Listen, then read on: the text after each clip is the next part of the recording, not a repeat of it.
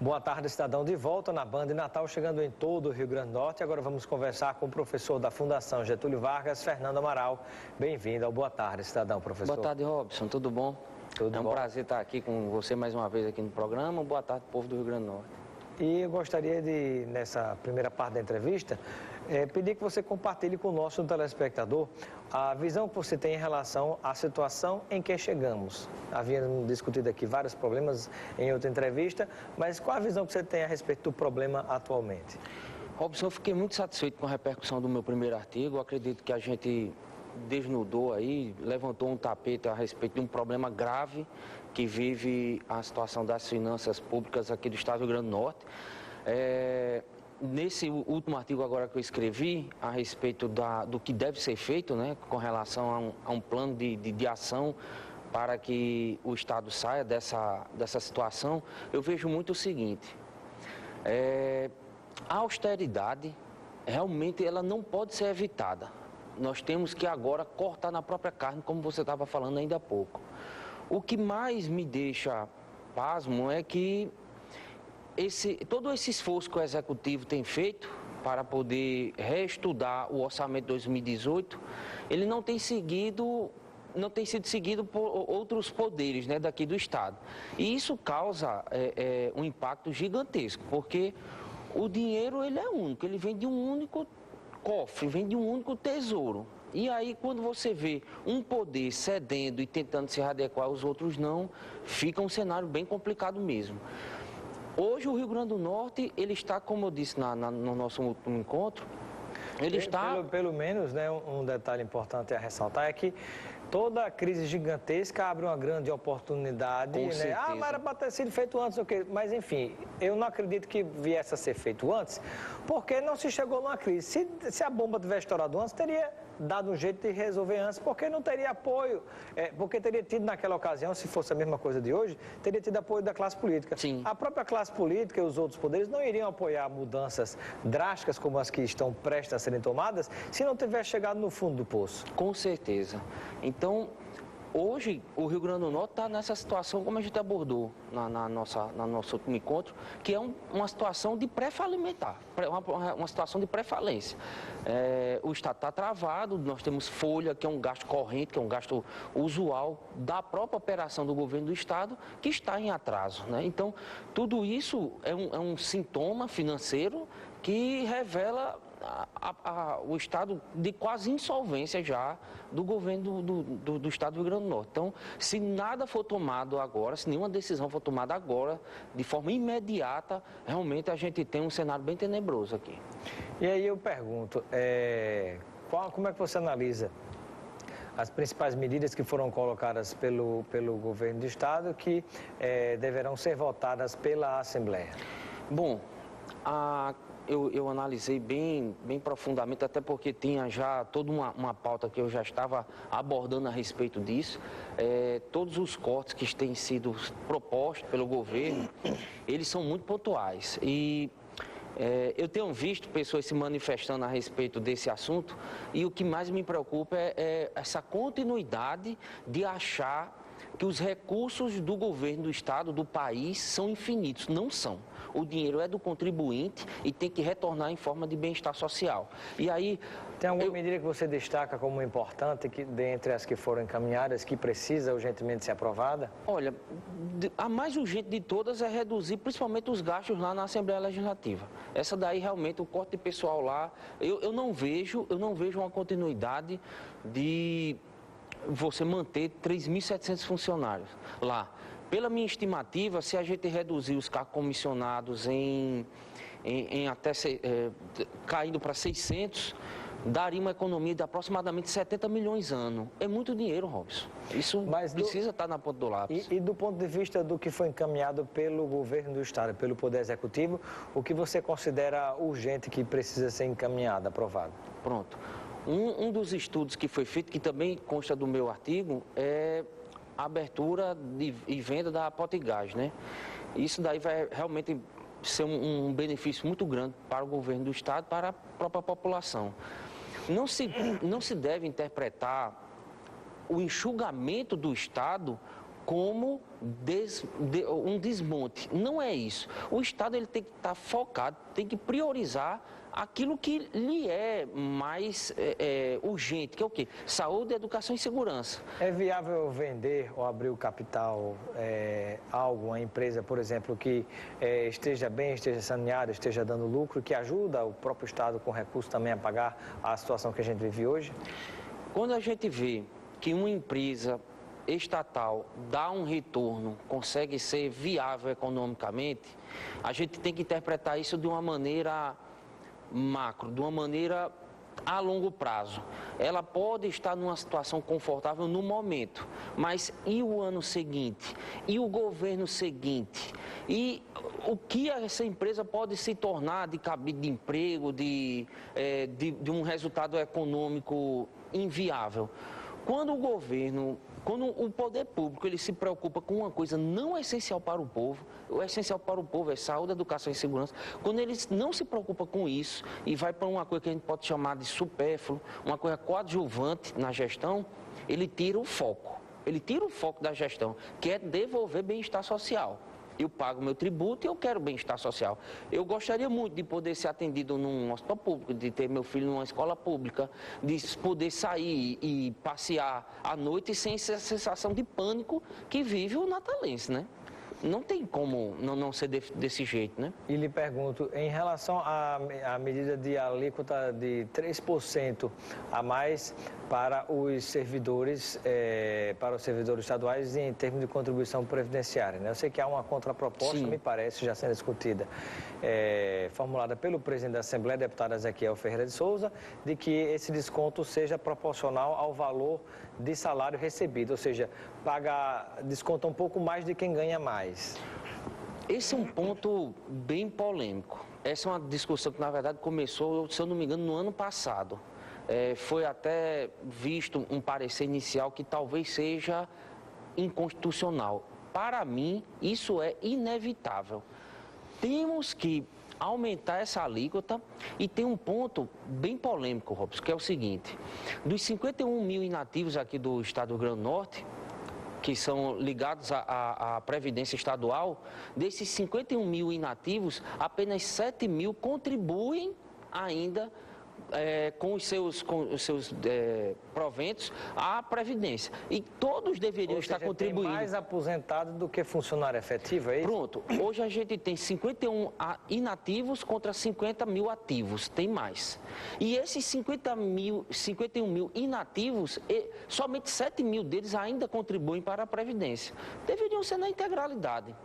O que é que ocorre? A Previdência, nesse meu segundo artigo eu evidencio isso, ela começou a dar déficit ainda em 2012. Em 2012 ela equiparou e encerrou o ano com despesas, desembolsos de 1,1 bilhão contra um recebimento que eu digo das arrecadações dos contribuintes, com recebimento de 1 bilhão. Ela recebeu 1 e gastou 1,1 bilhão de reais.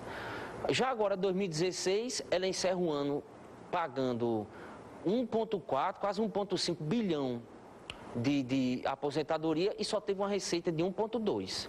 Em 2017, até o mês de novembro, pasme, até o mês de novembro de 2017, foi desembolsado 1,8 bilhão de reais só com a aposentadoria. A conta já não fecha aqui com relação à Previdência Estadual.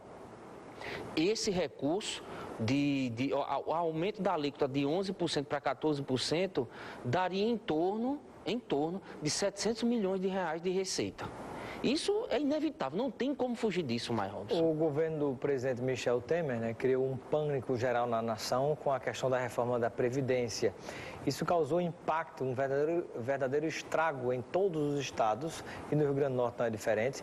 E nós temos os dados de que aproximadamente 35% de funcionários que poderiam ter permanecido trabalhando, com medo do que pode vir aí de reforma da Previdência, precipitaram-se e pediram aposentadoria. Ou seja, vai para a aposentadoria, o Estado continua pagando, ainda tem que botar um funcionário no lugar dele, né?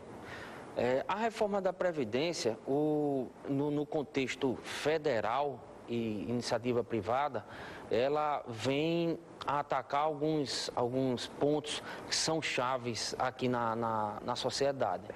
O que é que acontece? Ela tenta botar alguns tetos para que não existam esses super salários, esses super recebimentos na forma de aposentadoria. Isso pode valer para todos os poderes ou só para o Executivo? Na verdade, a PEC 55, agora ela iniciou somente com a iniciativa privada do governo federal. O Estado e o município está do lado de fora.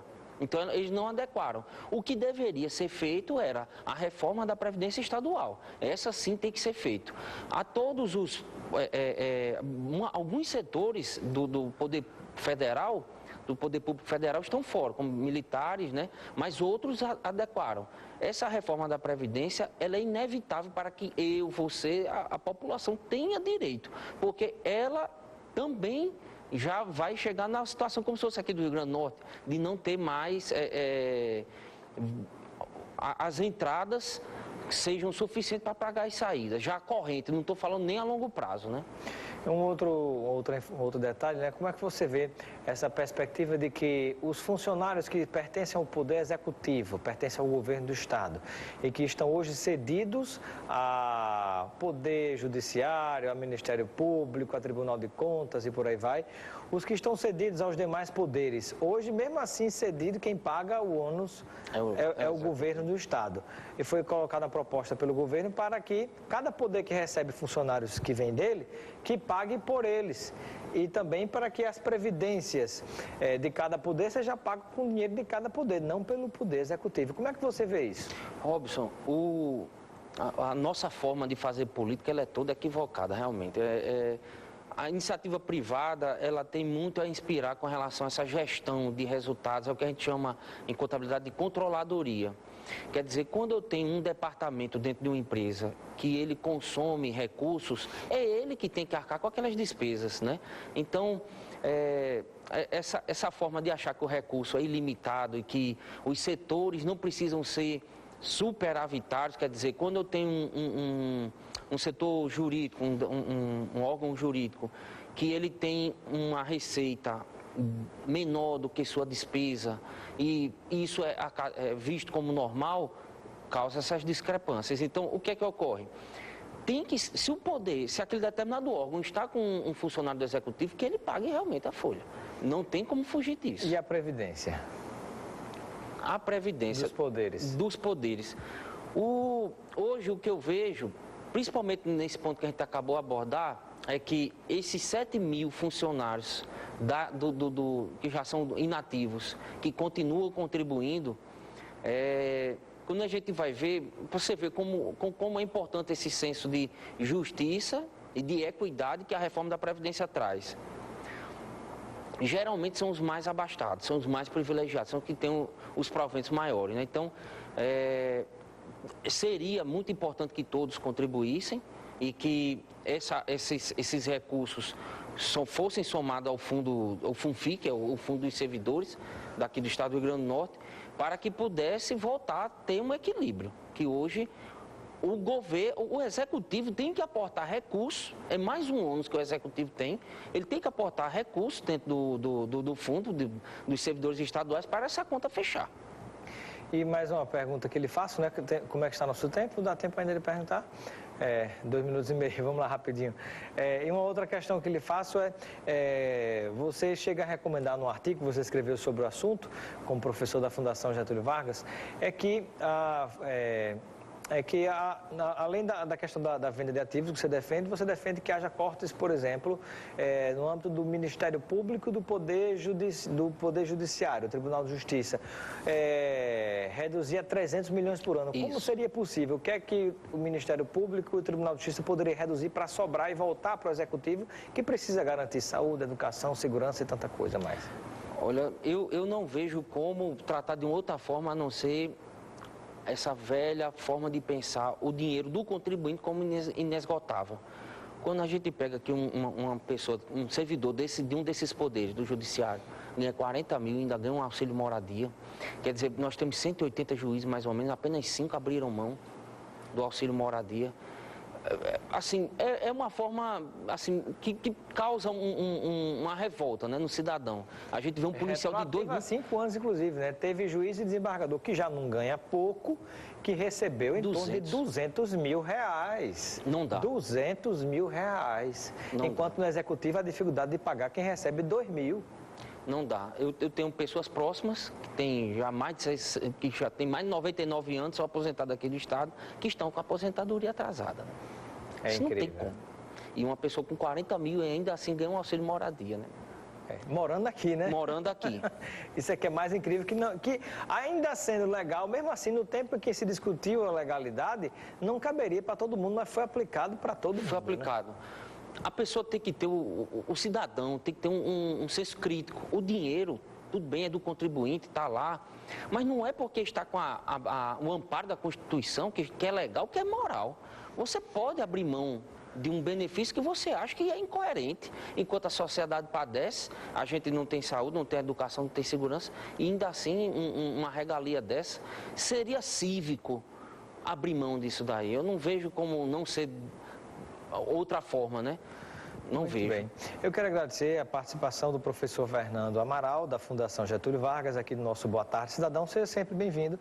E um momento para uma reflexão final sua junto ao povo do Natal e do Rio Grande do Norte, diante da situação que a gente vive hoje.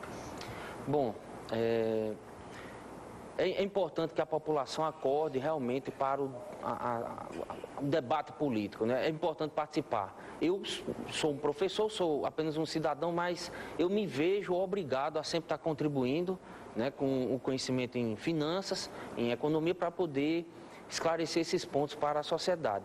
Não temos mais como ficar ausentes do debate e temos que cobrar, começar uma atitude de cidadão, cobrar nossos direitos para poder ver um país, um estado do Rio Grande do Norte mais próspero, né? Muito bem, quero agradecer a sua participação. Convido você também a acessar o nosso site, nosso blog da Política e Cidadania, www.robsoncidadão.com.br, onde também escrevi artigos sobre a situação que a gente vive hoje, sobretudo a necessidade de união dos poderes, cada um fazendo a sua parte, e também da classe política, principalmente lá em Brasília, né, que se não tem boicote, jogar parado é uma forma de boicotar também. Se não tiver união, se continuarem como se faz 60 anos atrás, no quanto pior melhor, a gente não vai para canto nenhum. Vamos ficando por aqui com Boa Tarde Cidadão. Vem aí o maior seresteiro do Brasil, o Nordeste Urgente, com Luiz Almir. Um grande abraço e até amanhã com Boa Tarde Cidadão.